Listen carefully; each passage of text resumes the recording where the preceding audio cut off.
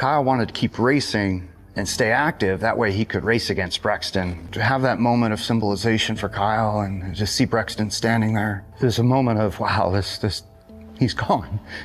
And we're not going to get him. He was fine. He was racing. He was already making plans for a race 2 weeks out. Then, in the space of 11 days, a 2-time NASCAR champion who had survived decades of 200-mile-an-hour crashes was gone. And it wasn't a wreck that took him. It was a sinus infection nobody thought twice about.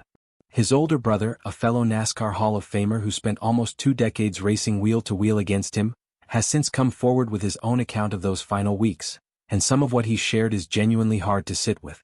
So what actually happened to Kyle Busch, and what has Kurt Busch said about it since he found the words to speak? Let's get into it. Kurt and Kyle Busch grew up in Las Vegas, sons of a mechanic named Tom who kept the family building and repairing cars long before either boy ever strapped into a real race car. Kurt turned pro first.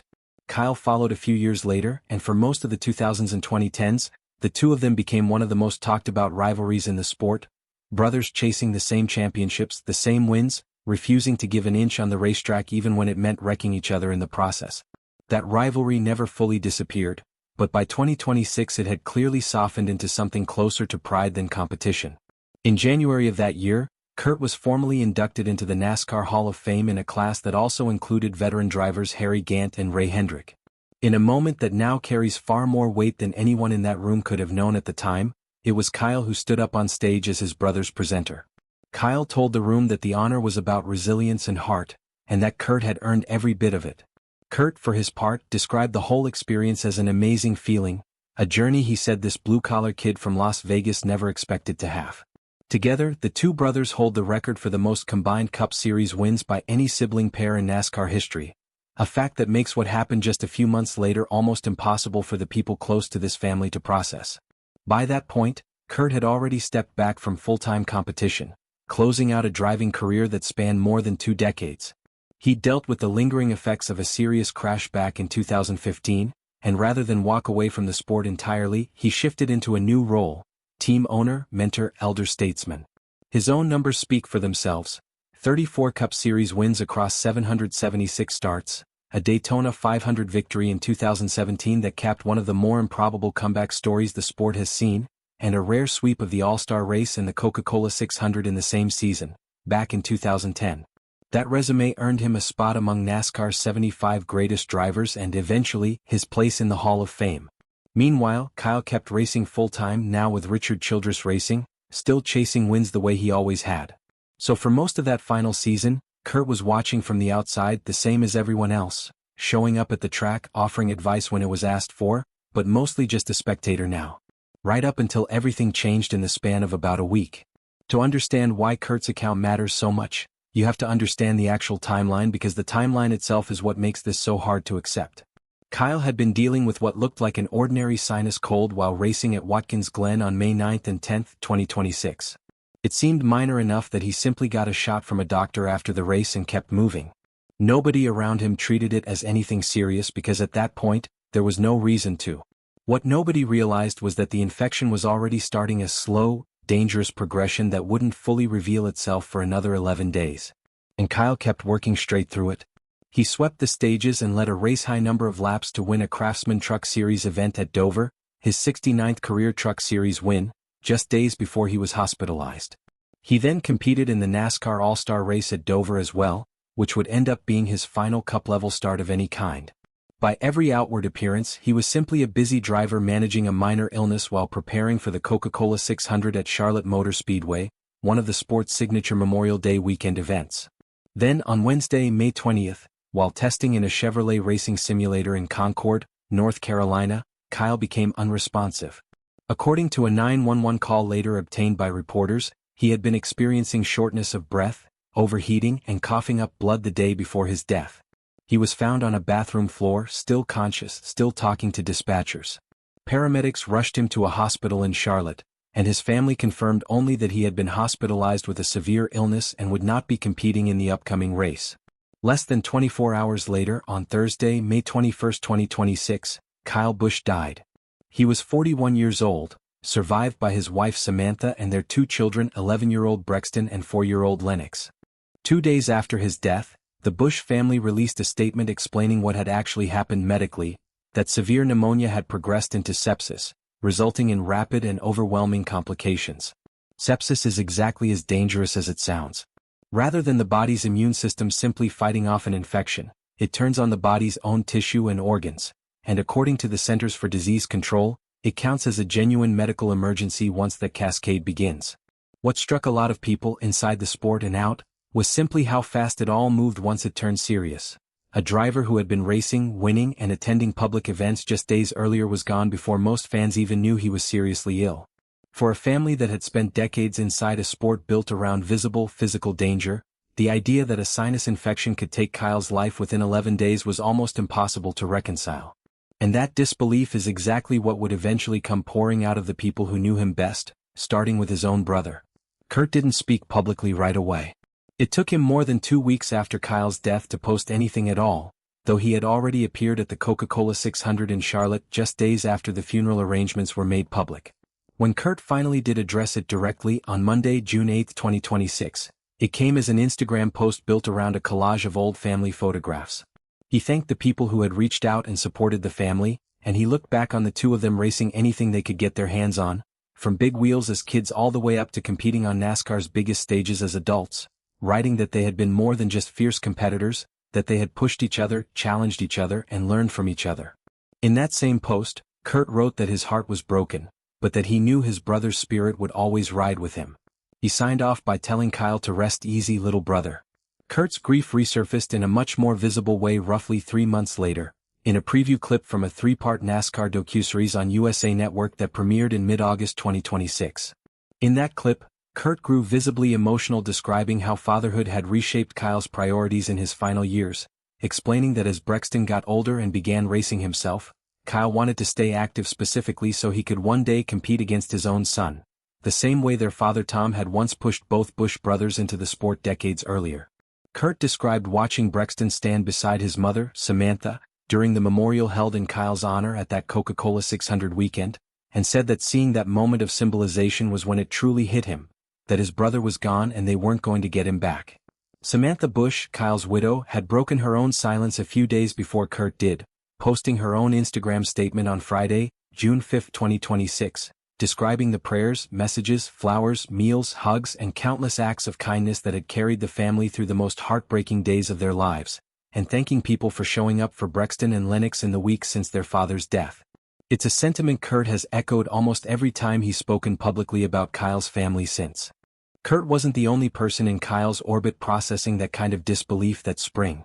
Dale Earnhardt Jr., who spent years as one of Kyle's fiercest on-track rivals before the two developed a real friendship rooted in short track and late model racing, revealed on his own podcast just days after the funeral that he'd been texting back and forth with Kyle the day before he passed away about getting together that Thursday to bring over his late model seat. The two were finalizing plans for Kyle to race one of Earnhardt's cars in an upcoming Cars Tour event, and Kyle had specifically asked to run the paint scheme Earnhardt himself made famous, a request Earnhardt said he agreed to instantly.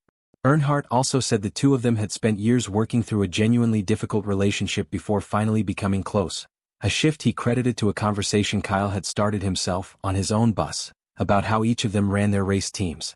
Richard Childress, the team owner who guided Kyle through the final stretch of his Cup Series career, later confirmed one detail that has carried enormous symbolic weight for the family. Kyle's number 8 will not be permanently retired. Instead, it's being set aside, waiting for Brexton, if and when he's ready to race at NASCAR's highest level, giving Kurt's nephew a direct, built-in path to carrying his father's legacy forward on the track someday. For Sunday's race, the car was renumbered to 33 and handed to Austin Hill rather than raced at all under Kyle's old number. That same wave of grief eventually spilled into an unexpected, and somewhat controversial conversation that Kurt himself became part of. As a newly inducted Hall of Famer, Kurt now holds an actual vote in future induction decisions, and when he was asked directly on a NASCAR podcast whether the sport should fast-track Kyle into the Hall of Fame given the circumstances, Kurt didn't take the easy, emotional answer.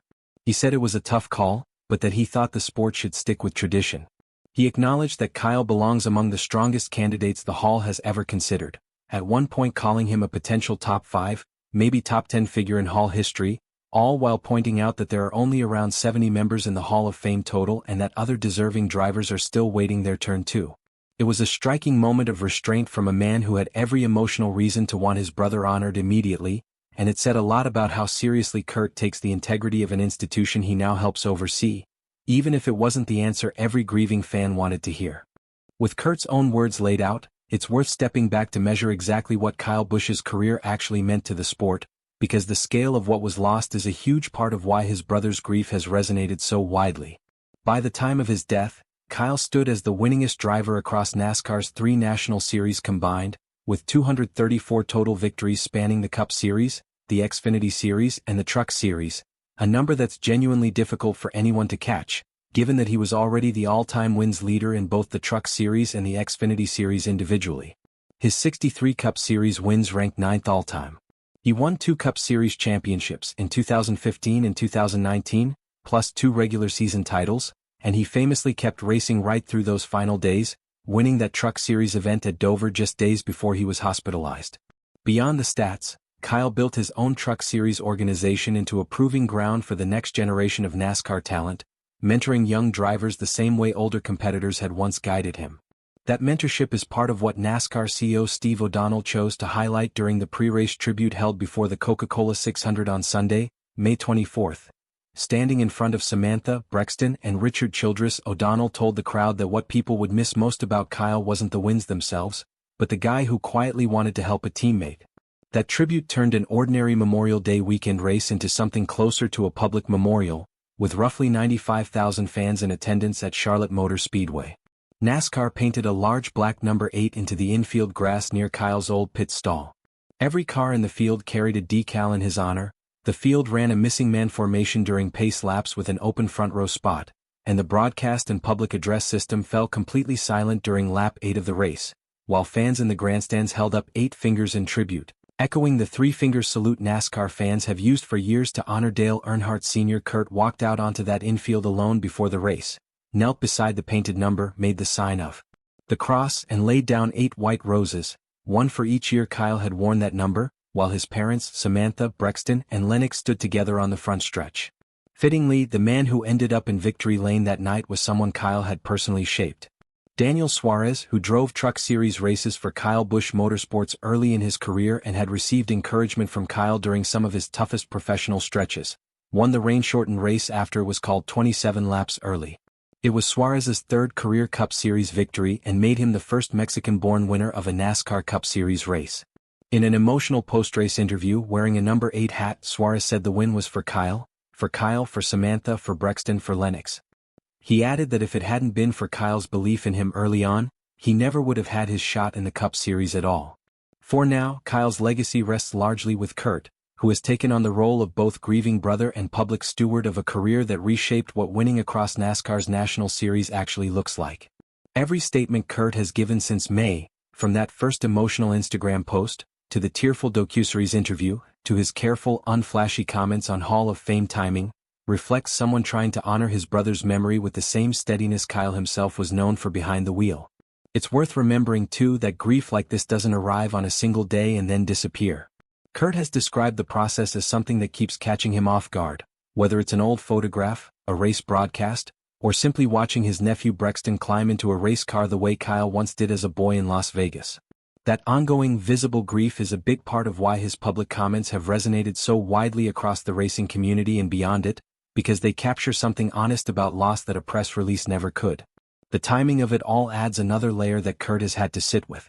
Just months before Kyle's death, the two brothers had shared one of the happiest nights of their professional lives together on that Hall of Fame stage, with Kurt receiving his ring and his moment directly from the sibling he had once battled bumper to bumper for 2 decades. Photographers captured them together on the red carpet that January evening, an image that circulated again in May for a very different reason once news of Kyle's death broke.